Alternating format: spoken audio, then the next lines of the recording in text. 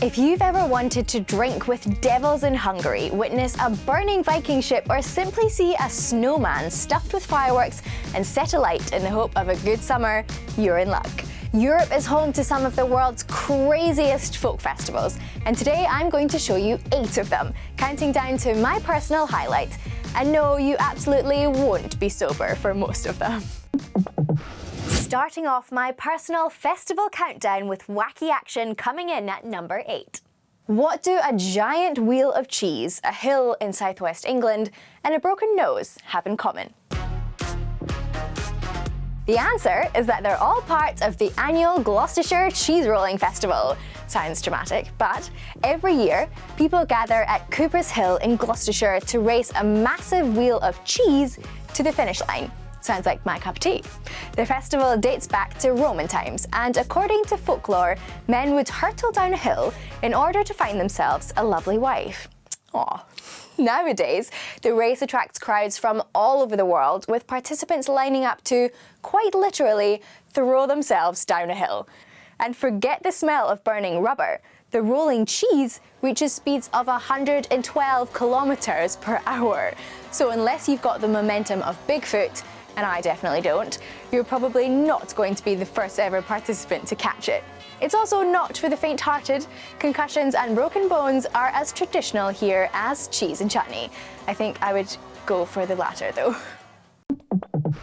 If people throwing themselves down a hill doesn't make you swoon, maybe the Aphelia Festival in Scotland will set your heart ablaze. Hey! No, like literally though. Each year on the Scottish Shetland Islands, 1,000 men adorn themselves with furs, axes and armour in order to celebrate this Viking carnival. Now, this is a personal favourite of mine because my family's from there and my uncle actually takes part in one of the clans every year. Led by the Viking chief, who is selected 14 years in advance, the Vikings march through the town with blazing torches, cheering, wielding weapons, and occasionally performing a sort of Nordic barbershop quartet. The pinnacle of the parade is the burning of the chief's boat, a boat that took 6 months to construct. Excessive? Maybe. But since when did we let budget constrain us when living out our Viking fantasies? Game of Thrones. This also won't be the only festival with people dancing around a fire. I can't wait to show you my personal highlight where they add fireworks and horses to the mix.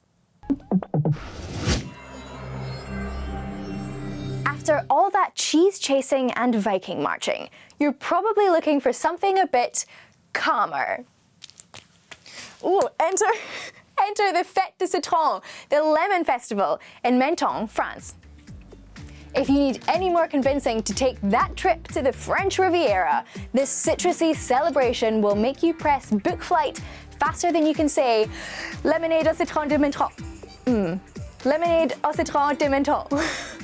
Featuring exquisite floats, epic light shows, and elaborate fruit sculptures, the Lemon Festival is a weekend with a tangy twist. Now, perhaps after long months of bitter Central European winter, you're going to need something a little stronger than lemonade. Enter Hungary's Buju Jara Festival, aka Drinking Devils.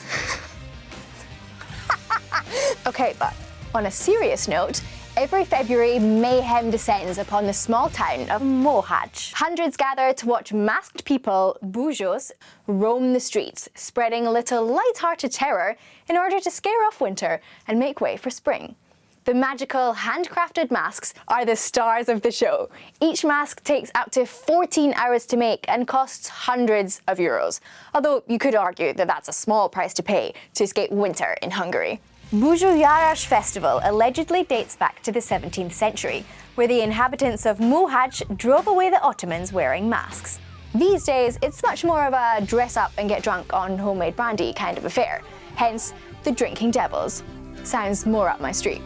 The brandy keeps the Bujos warm as they charge through the town until the early morning. Eggeschegedre. Was that right? My German dad would be rightly upset if my European festival list didn't include Oktoberfest. So here we go, my number 4. Ooh.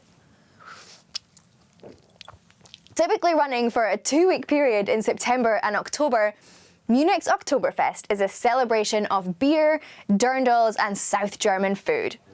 For the festival, Munich's brewers erect gargantuan beer tents in order to feed, water and intoxicate Oktoberfest's millions of visitors.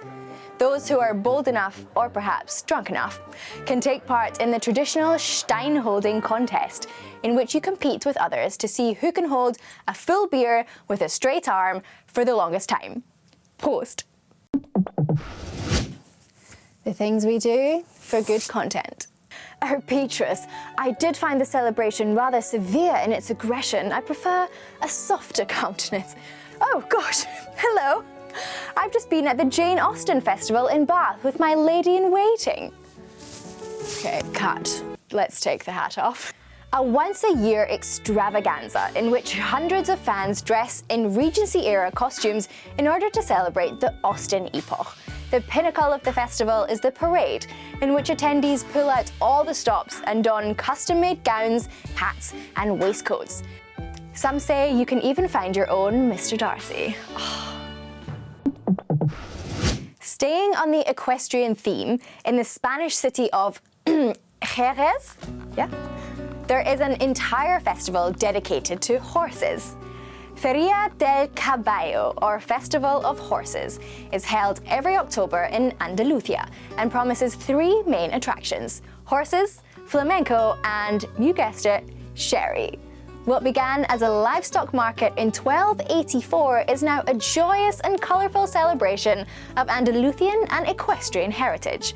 And it's probably one of the only times you'll witness horses dancing as much as humans.